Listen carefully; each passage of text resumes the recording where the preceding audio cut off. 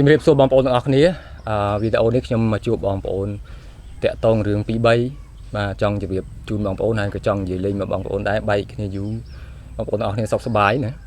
បាទចំណែកខ្ញុំវិញគឺធម្មតាជីវិតអ្នកមានជំងឺរ៉ាំរ៉ៃគឺមិនជាសុខទេហើយការងាររាល់ថ្ងៃក៏មិនរលូនអីដែរបងប្អូនបាទខ្ញុំចង់និយាយរឿង2 3នៅក្នុងវីដេអូនេះរឿងទី1គឺខ្ញុំចង់និយាយពាក់ព័ន្ធនឹងpage របស់ខ្ញុំpage របស់ខ្ញុំមាន2មាន page Cambo Warrior ឈ្មោះដូច channel នេះអញ្ចឹង page នេះគឺខ្ញុំបង្កើតយូរហើយជារបស់ផ្ទាល់ខ្លួនខ្ញុំណាបាទបង្កើតយូរហើយឈ្មោះ Cambo Warrior បងប្អូនស្គាល់ភាគច្រើនគឺតាមដានហើយស្គាល់មកដល់ channel ខ្ញុំគឺស្គាល់តាមរយៈ page Cambo Warrior ដូចគ្នាហើយ page Cambo Warrior ហ្នឹងហើយនឹង YouTube Cambo Warrior នេះគឺឈ្មោះតែមួយបាទឈ្មោះដូចគ្នាជា page កំណើតរបស់ខ្ញុំផ្ទាល់ខ្លួនហ្មងបាទអញ្ចឹងរឿង page ដោយសារតែ page Cambo Warrior របស់ខ្ញុំហ្នឹងវាយើងធ្វើវីដេអូច្រើនទៅហើយមានម្ដងនោះគឺយើងភ្ជាប់ការរលុយហើយក៏មាន PI ប៉ុន្តែ PI ហ្នឹង PI នៅបរទេសទេបាទឈ្មោះនេះកាន់ page ឲ្យខ្ញុំណាបរទេសទេហើយក្រោយមកក៏វាខូច PI ហ្នឹងទៅវាខូចទាំង page យើងដែរហើយក៏ page ហ្នឹងក៏ដាច់ការរលុយរហូតមកដល់បច្ចុប្បន្នហ្នឹងហើយបច្ចុប្បន្ននេះគឺពឹងបងប្អូនយើងគាត់ជួយខ្ញុំបាទគាត់ជួយខ្ញុំគាត់រៀប PI សុបនិមិត្តមួយដាក់ដើម្បីឲ្យវារលុយដាក់បានប៉ុន្តែ PI ហ្នឹងគឺអត់ទាន់បាន set up document ឲ្យ complete ទេអញ្ចឹងវាមិនសង្ឃឹមទេសង្ឃឹមតិចព្រោះអ្នកធ្វើការងារ Facebook ហ្នឹងបងប្អូនដឹងស្រាប់ហើយគឺវាអត់ស្រួលទេវាពិបាកណាស់ Facebook បងប្អូនយើងអ្នកធ្វើ Facebook ទាំងអស់តែងតែនិយាយថា Facebook គឺជារបស់មិនទៀង Facebook គឺមានន័យថាមិនទៀងអញ្ចឹងវាចង់ខូចថ្ងៃណាវាចង់មានបញ្ហាថ្ងៃណាស្រេចទៅលើក្បាលចិត្តវាអញ្ចឹង Facebook គឺអញ្ចឹងឯងបាទហើយខ្ញុំដោយសារតែពិបាកព្រោះយើងធ្វើការងារពាក់ព័ន្ធនឹងផ្សព្វផ្សាយក្បាច់គុណបង្ហាញក្បាច់គុណលើកទឹកចិត្តដល់អ្នកហាត់គុណដូចគ្នាឲ្យស្រឡាញ់ក្បាច់គុណฝึกហាត់ក្បាច់គុណហើយយល់ពីគុណធម៌នៃអ្នកហាត់ក្បាច់គុណយល់ពីគុណធម៌របស់មនុស្សយល់ពីការរស់នៅការអនុវត្តក្បាច់គុណជាមួយជីវិតផ្ទាល់ខ្លួនរបៀបម៉េចខ្ញុំតែងតែព្យាយាមផ្សព្វផ្សាយឲ្យអ្នកហាត់គុណទាំងអស់មានក្រមសីលធម៌សមជាអ្នកហាត់គុណអីចឹងទៅមានច្រើនហើយនឹងបង្ហាញនៅក្បាច់ស្នៀតនិងតិចនិចផ្សេងដែលតាក់ទងនឹងក្បាច់គុណបុរាណខ្មែរខ្ញុំធ្វើទាំង YouTube និងធ្វើទាំង page ហើយខ្ញុំបានចែករំលែកច្រើនមែនតើជាពិសេសនៅក្នុង channel YouTube គឺមានវីដេអូខាងដើមហ្នឹងគឺ វីដេអូសុទ្ធតែជាភាគបន្តគ្នាដែលបង្ហាញអំពីស្នៀតនៃក្បាច់គុណចានេះស្នៀតគ្រឹះបាទសំខាន់ខ្ញុំបានបង្ហាញច្រើនដែរហើយ ដោយសារតែការចំណាយកម្លាំងចំណាយពេលវេលាចំណាយធម៌ពលការគិតអីសពគ្រប់បែបយ៉ាងទាំងអស់លុយកាក់ទៀតដល់ការចំណាយអញ្ចឹងក៏ខ្ញុំគិតថានឹងបើសិនជាអាចមានត្រឡប់មកវិញពី platform ទាំងអស់ហ្នឹងដើម្បីជាផលប្រយោជន៍ខ្លះជាលុយកាក់ខ្លះមក support ខ្ញុំក៏ជារឿងល្អដែរអញ្ចឹងក៏ខ្ញុំស្វែងរកភ្ជាប់ monetize ទាំងពីរប៉ុន្តែមុននឹងបាន monetize គឺវេទនាមែនតើអញ្ចឹងបងប្អូនមួយរយៈនេះឃើញល្បីរឿងរលុយតាម online ហ្នឹងរលុយតាម YouTube តាម Facebook ហ្នឹងជាពិសេស Facebook ហ្នឹងបងប្អូនកុំកុំជ្រួលច្បល់កុំហក់លោតកុំដោយថារំភើបពេកព្រោះការងារនេះអត់ស្រួលទេគឺការងារនេះត្រូវការចំណាយជាមុនបាទអញ្ចឹងគឺពិបាកមិនស្រួលទេអញ្ចឹងព្យាយាមបងប្អូនបើថាចង់ចូលគឺដាក់ចិត្តហើយនឹងត្រៀមខ្លួនជាមុនឲ្យបានល្អហើយធ្វើឲ្យយកចិត្តទុកដាក់ជាពិសេសគឺធ្វើដោយជាអ្វីជាខ្លួនយើងជា original កុំយករបស់គេអាហ្នឹងហើយធ្វើដោយអត់ធ្មត់ហ្មត់ចត់បំផុតតស៊ូបំផុតបានអាចសង្ឃឹមហើយវេទនាណាស់ដូចខ្ញុំអញ្ចឹងគឺមិនងាយទេហើយម្ដងថ្ងៃនេះគឺនៅតែវេទនាបើនិយាយពី Facebook គឺអត់ទាន់បានលុយមកទេមួយរយៈចុងក្រោយនេះប្រហែលជា3ឆ្នាំអី3ឆ្នាំណា3ឆ្នាំចុងក្រោយហ្នឹងមកដល់ពេលហ្នឹងគឺខ្ញុំអត់មានបានមករៀលពី Facebook ទេអញ្ចឹងហ្នឹងហើយវាពិបាកហើយ YouTube ក៏ដូចគ្នាដែរកាក់សេនប៉ុន្តែយ៉ាងណាក៏អរគុណបងប្អូនដែរដែលមានអាកាសេននឹងផ្ដល់ឲ្យខ្ញុំតាមរយៈ YouTube ប៉ុន្តែ Facebook វិញគឺអត់ទាន់បានមករៀលទេហើយខ្ញុំក៏គិតថា សំទោសការចំណាយកម្លាំងពេលវេលានឹងខ្ញុំគួរតែបានការត្រឡប់មកវិញអញ្ចឹងខ្ញុំសម្រេចចិត្តថាអូខេខ្ញុំយល់បានពី Facebook យល់ចេះដឹងពីបានគ្រាន់ YouTube បានគ្រាន់ ហើយ Facebook ហ្នឹងវាអាចថារលុយលឿនជាង YouTube ក៏ថាបានដែរហើយយើងស្រួលផលិតវីដេអូជាងអញ្ចឹងខ្ញុំក៏ចំណាយសំលុយទៅរកពីលេខពីកើតមកសំបាន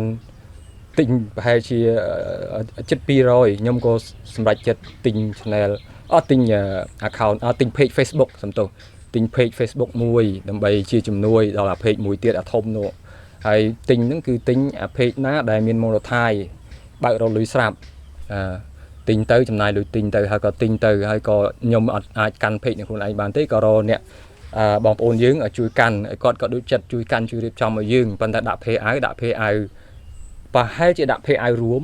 បាទរួមជាមួយនឹង page ដទៃទៀតណាដល់ពេលអញ្ចឹងមួយរយៈចុងក្រោយនេះឥឡូវនេះរកបានលុយប្រហែលជាខ្ទង់ម្ដុំ$50អីជាងហ្នឹងប៉ុណ្ណឹងឯងបាទអីក៏ចេះតែខំទៅទៀតតតទៅហើយទាំងឈឺទាំងអីផងអញ្ចឹងណាបាទដល់ពេល3-4ថ្ងៃមុនហ្នឹងក៏វា page ហ្នឹងវា flag វាដាច់វាខូចបាទវាចេញសញ្ញាឧទានពណ៌លឿងហ្នឹងហើយខូច page ហ្នឹងហើយបងប្អូន page នេះខ្ញុំចង់បង្ហាញណា page នេះ page នេះ page នេះបាទ page មួយនេះណាបងប្អូនណានេះ page មួយនេះចិននេះជា page ថ្មីរបស់ខ្ញុំណា page ថ្មីរបស់ខ្ញុំដែលខ្ញុំសំលុយទិញហ្នឹងណាហើយបងប្អូនដឹងហើយថាខ្ញុំក្រលំបាកប៉ុណ្ណាទ្រាំតែមានលុយមានលទ្ធភាពទិញ page ហ្នឹងណាមិនជារឿងស្រួលទេខំប្រឹងប៉ុណ្ណាបាទសំប៉ុណ្ណាបាទខ្ញុំមិនមែនមនុស្សស្រួលរលុយដូចគេទេទ្រាំតែរលុយបាន$1ហ្នឹងគឺវេទនាណាស់បាទព្រោះយើងសុខភាពយើងវាខ្សោយយើងអត់មានកម្លាំងពេញលេញដូចគេហើយតែទិញ page ហ្នឹងមកឥឡូវ page ហ្នឹងវាខូចវាផ្លេកអញ្ចឹងឲ្យសួរអ្នកជំនាញទៅដែលគាត់អ្នកកាន់ page ឲ្យយើងគាត់ថា page ហ្នឹងគឺអាហ្នឹងជាចំណុចខ្ពស់បំផុតនៃការខូច page ហើយថាអត់មានអីលើសហ្នឹងទៀតទេអាហ្នឹងធំជាងគេហើយបើវាខូចគឺខូចហើយ page ហ្នឹងមានតែយកមកផុសលក់អីវ៉ាន់លក់អីទេបាទបើថាឲ្យរលុយលែងបានហើយអញ្ចឹងឬក៏កវត្តចោលទេហើយខ្ញុំក៏សម្រេចចិត្តថាមកឲ្យឈឺក្បាលក៏ប្រហែលជាត្រូវលុប page ហ្នឹងបាទលុប page ហ្នឹងមួយប៉ុន្តែមានបងប្អូនយើងមិញហ្នឹងគាត់ឆាតមកថាសួរគាត់ទៅគាត់ថាប្រហែលជាអាចកែបានប៉ុន្តែខ្ញុំអត់សូវសង្ឃឹមទេហើយចាំមើលតទៅទៀតមិនដឹងថាត្រូវយ៉ាងម៉េចទេតែ page ហ្នឹងអត់សូវសង្ឃឹមទេអានេះជាបញ្ហាមួយដែលខ្ញុំចង់ប្រាប់បងប្អូនថាអាការងារ page នេះអត់ស្រួលទេហើយខ្ញុំរងកម្មបំផុតរឿង page Facebook ហ្នឹងអ្នកខ្លះបងប្អូនខ្លះហៅជួបខ្ញុំឲ្យហៅមេអីចង់សម្ដៅថាយើងអ្នករលុយពីសម័យនេះគឺគេឲ្យទៅហៅមេគឺអ្នកដែលបកកែរលុយហើយបើអ្នកធ្វើខាង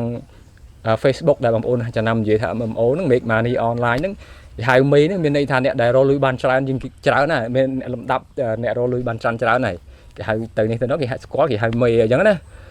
តាមពិតអត់ទេតាមពិតវេទនាមែនតើមិនមែនជាអ្នកបកកែអីទេខាងហ្នឹងហើយបើធ្វើវីដេអូធ្វើ page ធ្វើ YouTube ក៏ធ្វើ original ដែរបាទហើយបើថាឲ្យកាប់ដាវមួយគេគឺទៅមិនរួចទេគឺឲ្យតែកាប់ដាវគឺចាញ់គេបាទវាអត់បកកែដូចគេទេអញ្ចឹងចេះតែ original ល្មមហ្នឹងខុសផងត្រូវផងពេលខ្លះវាអត់មានភ្លេងពិបាកហ្នឹង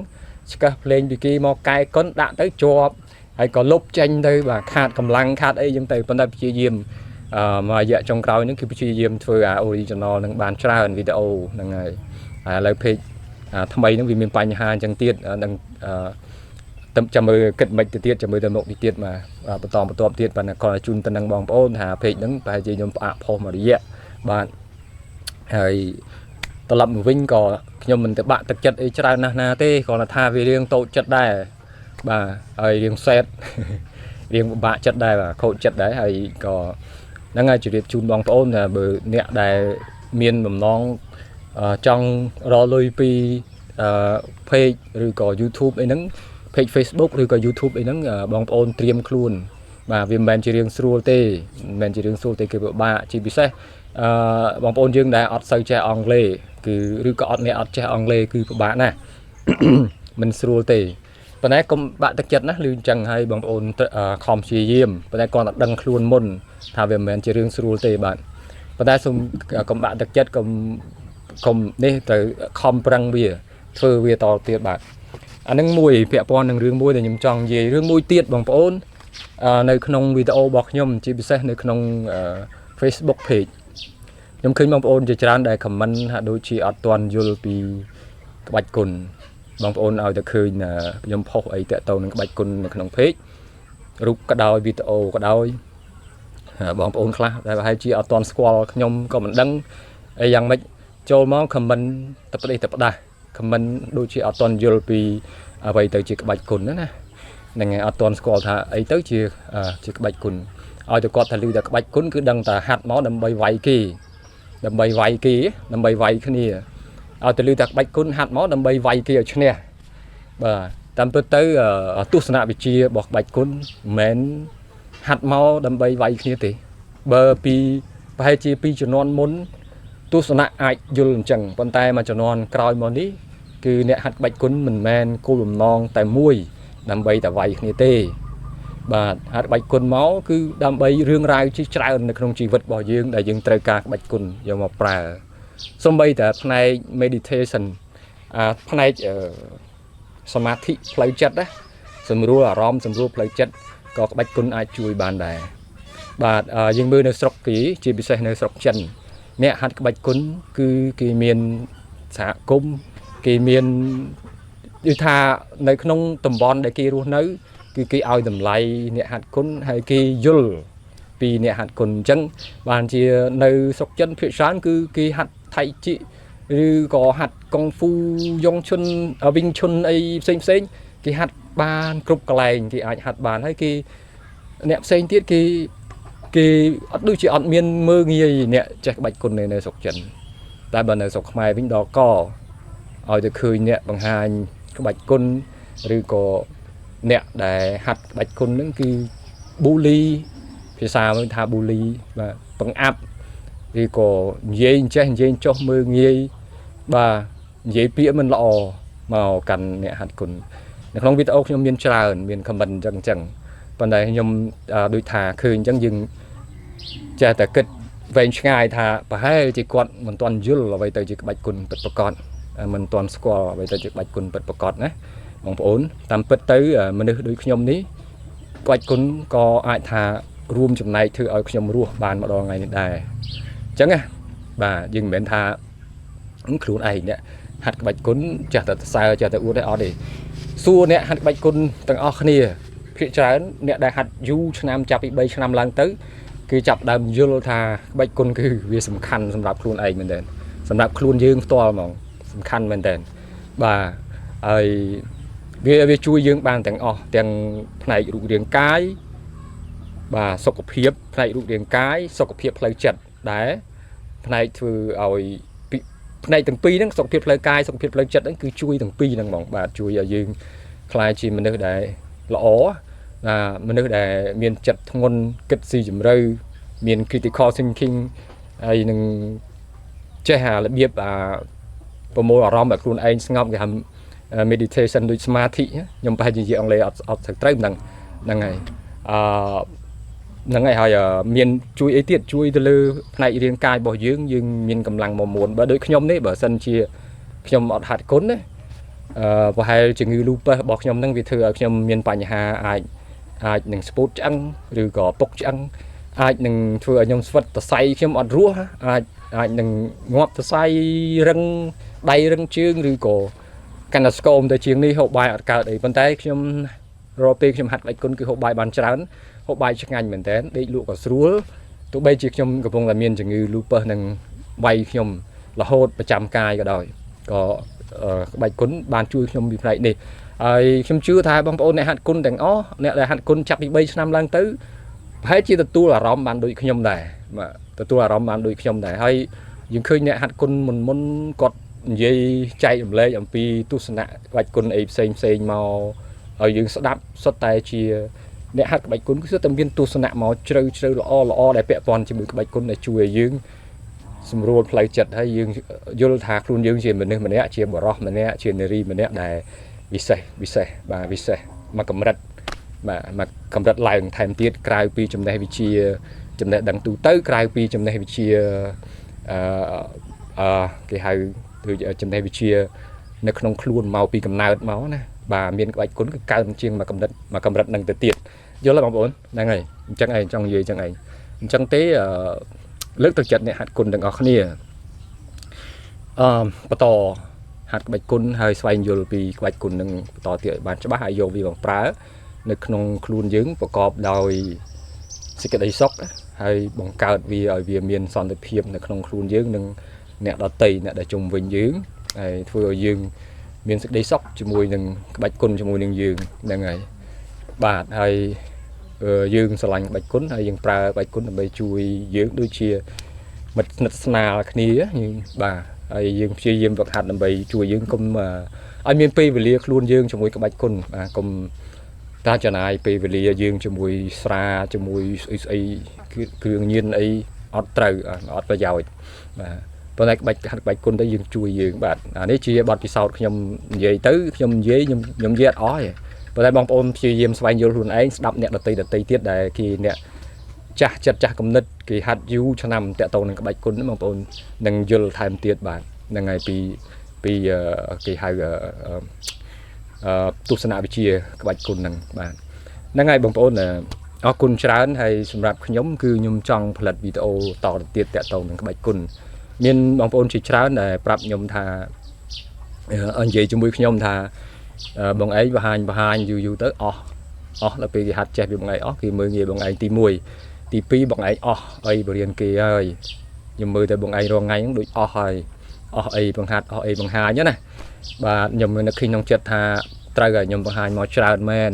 ប៉ុន្តែការបង្ហាញរបស់ខ្ញុំនឹងពេលខ្លះវាឡងមកខ្ញុំវិញដែរបាទវាឡងច្រើនគេហាត់ពីយើងចេះគេយល់ពីយើងបានច្រើនរៀនពីយើងបានច្រើនពេលខ្លះឡងវិញដែរទាំងឡងការល្អទាំងឡងការអាក្រក់មកខ្ញុំវិញដែរប៉ុន្តែខ្ញុំដឹងមុនថានឹងមានរឿងនឹងកើតឡើងអញ្ចឹងខ្ញុំត្រៀមចិត្តមុនអញ្ចឹងវាមិនសូវបញ្ហាអីទេអានឹងរឿងនឹងមួយហើយរឿងមួយទៀតរឿងថាអស់ហ្នឹងបើខ្ញុំនិយាយចំពោះខ្ញុំអ្នកហាត់គុណខ្ញុំអ្នកយុទ្ធគុណខំ original អញ្ចឹងបើនិយាយថាអស់មិនអស់ទេសម្រាប់ខ្ញុំមកឃើញខ្ញុំតែងតែប្រាប់ក្នុងវីដេអូរហដងថាការបង្ហាញរបស់ខ្ញុំគឺខ្ញុំទទួលពីគ្រូមកទទួលបង្គាប់ពីគ្រូខ្ញុំមកថាការបង្ហាញរបស់យើងគឺមានកម្ពស់មានកម្រិតរបស់វាអញ្ចឹងយើងកំណត់បង្ហាញប៉ុណ្ណាយើងបង្ហាញប៉ុណ្ណឹងប៉ុន្តែអត់បង្ហាញហ្នឹងវាមានច្រើនទៀតអញ្ចឹងពេលខ្លះខ្ញុំក៏លួចសៀតទៅថែមឲ្យទៅដែរប៉ុន្តែបងប្អូនយើងដែលអត់សូវតាមដានជាប់អីក៏អត់សូវចាប់អារម្មណ៍ទេហើយតាមពិតនៅទៀតច្រើនបងប្អូនខ្ញុំនៅមានគម្រោងបង្ហាញប៉ុន្តែយើងបង្ហាញតិចតួចឲ្យលក្ខណៈជួយថែមទៀតសម្រាប់បងប្អូនដែលហាត់បានច្រើនគ្រប់អ្វីដែលខ្ញុំបានបង្ហាញហើយណាបាទអញ្ចឹងនឹងជួយថែមទៀតពង្រឹងអ្វីដែលខ្ញុំបានបង្ហាញបានបរៀនរួចហើយព្រោះហ្នឹងគឺគ្រឹះសំខាន់ដែរហើយក៏អាចជួយថែមទៀតដល់សិស្សណាដែលគាត់ចង់បានថែមទៀតពិតប្រាកដខ្ញុំអាចជួយបន្ថែមទៀតពីព្រោះចេះក្បាច់គុណណាយើងឃើញវាយបានក្បាច់ច្រើនអីសំដែងអីលយអីអាហ្នឹងរត់ថាចេះហើយប៉ុន្តែមិនអាចនឹងមិនទាន់ចេះពិតប្រាកដទេចេះពិតប្រាកដគឺចេះអាស្នៀតអាគ្រឹះរបស់វាពីបាតមកមួយច្បាស់មកបាទមិនមែនចេះតែប្រមូលមកច្រើនរញ៉េរញ៉ៃពេញនឹងទេបាទចេះសំខាន់ថាចេះគឺចេះច្បាស់មួយគ្រឹះវាមកឲ្យវាច្បាស់យល់ទាំងអស់យល់ទាំងស្នៀតរបៀបប្រើឈ្មោះបច្ចេកទេសហើយនឹងបុរេប្រវត្តិរបស់វាបាទប្រវត្តិរបស់វាហេតុអីបានវាឈ្មោះអញ្ចឹងស័ក្តិសមអញ្ចឹងហើយប្រើរបៀបមិនតិចនិចការប្រើកម្លាំងកំណត់កម្លាំងទប់កម្លាំងនៃស្នៀតមួយនឹងប្រើកម្លាំងកន្លែងណាឧទាហរណ៍ថាយើងវាយកែងអញ្ចឹងវាយមួយកែងនឹងវាយកែងដូចគ្នាប៉ុន្តែអាកែងហ្នឹងអាកែងស្នៀតហ្នឹងវាគេប្រើកម្លាំងកន្លែងណាបាទកែងស្នៀតខ្លះប្រើកម្លាំងកន្លែងនេះកែងស្នៀតខ្លះប្រើកម្លាំងកន្លែងដើមដៃនេះកន្លែងនេះកម្លាំងវានៅនេះហើយស្នៀតខ្លះគេប្រើកម្លាំងនឹងស្មាបាទអញ្ចឹងវាស្នៀតខ្លះប្រើកម្លាំងខុសគ្នាអញ្ចឹងអានឹងខ្ញុំក៏ប្រាប់អញ្ចឹងទេគាត់តែឧទាហរណ៍ទេណាបាទគាត់តែជាឧទាហរណ៍ទេគឺវាអញ្ចឹងគឺយើងឲ្យយល់ពីខាងក្នុងនៃស្នៀតមូលដ្ឋានអស់ហ្នឹងបាទនៃគ្រឹះអស់ហ្នឹងបាទគេហាត់បាច់គុណគឺហាត់អញ្ចឹងហាត់យកអាហ្នឹងបាទហ្នឹងហើយអរគុណច្រើនហើយចំពោះអ្នកដែលបងប្អូនថាខ្ញុំរងថ្ងៃគឺបង្ហាញអស់ហើយប្រហែលអ្នកខ្លះភាគច្រើនហើយគិតអីយ៉ាងគិតថាអស់ហើយយ៉ាងមើលទៅគាត់នឹងអស់ហើយប៉ុណ្្នឹងឯងថាអញ្ចឹងក៏អត់អីដែរខ្ញុំដឹងតែបើខ្ញុំបង្ហាញមានកំណត់កម្រិតវា phần nắng hay tôi nhom gì chẳng bạn có ở vậy để tới thử tỏ tiết cứ dương tới thay bom pón này ở vậy để dương bằng hai để bom ôn dương trẻ dương chui còn ở dương thay tiết hay bữa ái còn miền lạt tập hiếp còn ai xong dương thay tiết chẳng có nhom có miền tại cầm nành ở đây anh đang mùi tiết tẹt tông đừng riêng thà hơi ấy đang nhóm có về để nhóm kịch tháng phần năng là mồm mà ở kỳ ai vô là những ai prao bàn ai vô tập phần năng máu riệp vía ở từ chia sẻ là bạn xem cứ ai và hai tranh tới dừng mưa từ khinh play cứ thu ăn tràn phần té thu bán tràn nhom thu ở từ rúi từ xa bánh ha sọc hiệp bỏ nhom tí mũi sọc hiệp tí pi riêng lui cả chịu hiệp bỏ dưỡng tí pi cứ nhom của bạn rồi kia phụ ấy rồi ngay trong nơi tại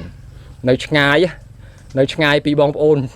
cái nơi mà tại cái nơi người ta bật này của bông thùng này là tại những tầm bón đại sẽ giá đôi mình đại sẽ giá tại còn thà việc đại từ kia và đại bị bong ôn vào đây một pin symbol mà symbol bong ôn gì score kia ai promo kia thọt lên ở mũi kia bán á là ngày ai xòm kia ai lên mũi kia bán còn ở nơi nét ngay bị kia tại những các bạn rồi mình được nơi ní bữa tha thọt riêng play như cái riêng này ha ấy còn tịch bữa tha thọt riêngประเภท action ประเภทวัยประหารนั่นคือประบะเหมือนกันประบะโรมันเลยเหมือนกันประบะโรตัวมาเลยมูยืดจังไงก็ในก่อนในประบะจังตื่นไอ้กับชีมทวีโอคลักติดตุ้ยด่าในขนมเพจนำไปเว็บบานวิดีโอเอาnhật nhọpด่าโจทางเพจทาง YouTube หรือด่า YouTube ซอดไอ้จังตื่นเป็นยังไงเอาไว้เดี๋ยวยมไอ้ทวีบานพอต่อแต่ที่ยมนั่งเรียบจอมให้เดี๋ยวยมถือเรียบจอมเอาวิมีนแพลนจะว่าล้อต่อติดในทวีวิดีโอและขณะยังไม่tiếtrong có toàn ปรับบองโอนของวิดีโอนี้ได้ปนยังถือกิจแพลนในทวีวิดีโอต่อติดอันนั้นสมนึกแต่ช่วยคอมโตรในจมูกนี่มาเนี่ย subscribe channel ในต่อ subscribe ให้เนี่ยตีตีเอาช่วย subscribe ในจมูกนี่บ่ามันมีเนี่ยไต่เจ้าขยมมีในจมูกขยมมีเนี่ยโจมาไทม์ติดวิจิตรธรรมดาเตียง YouTube เตียง Facebook page ยังไงงั้นไอ้ตียมตัวบ้านvì mìnhปัญหาที่ตัวยมถือการนี้คือยมถือโดยsmart object บ้านเราตะพอลงวิญญาณนะก็ยืนตัวอยู่ตามนั่งเองมาคนชราบางคนยมใหญ่เป็นนั้นสักคำทายยมใหญ่ปีปัญหาปีใบชนนั้นมาปัญหาตีมุ้ยคือเปียปอนหนึ่งเพจปัญหาตีปีคือเปียปอนหนึ่งเนี่ยจังถือการเงี้ยครั้งนั้นหนึ่งปัญหามุ้ยที่คือปัญหาได้เปียปอนหนึ่งเปียสมได้ทาขยมกระบาดปานบ้านอันนั้นปัญหาปีใบนั้นจอบขณีนั้นบ้านtrong gì từ căn bằng bốn khai phần năng cho hơi video này với video đấy cứ sầm rạp bằng phone này slang châu chật nhóm trong mưa video bẹ pon năng các bạch cồn và năng này và phone năng tròn mưa cho mưa này mà cồn sầm rạp cả tam đan video đấy mà đó thì bên trong chuyên phone phone sập thiệt ló nhưng chụp như này video cày tiết hero cầm đứt xem mấy video cày tiết hai ô mùi tiết xong bạc cả bằng phone là vài chị bữa sau này nhom ai thư rướng nhom năng bạc cả hay chỉ trai cá tú mà sầm đầy mười kia nhom trong phơi riêngประเภท action นั้นตัวใบยมไปเจนสมาร์ทเพียบไว้ตอบนั้นวิออกไปสมาร์ทเพียบยมบันไดยมนึงสำได้จมูกตัวให้ยมนึงดักนอมกาสำได้นั้นเอาตัวเซ็งๆในเมียนสมาร์ทเพียบนึงเลี้ยงบานละอจมูกขี้แบบดังนั้นออกคุณชนะบางคนจุดเรียบเรียบแมนแทนบายบายจุดนี้วิดีโอการโคตรยานะสวัสดีทุกท่าน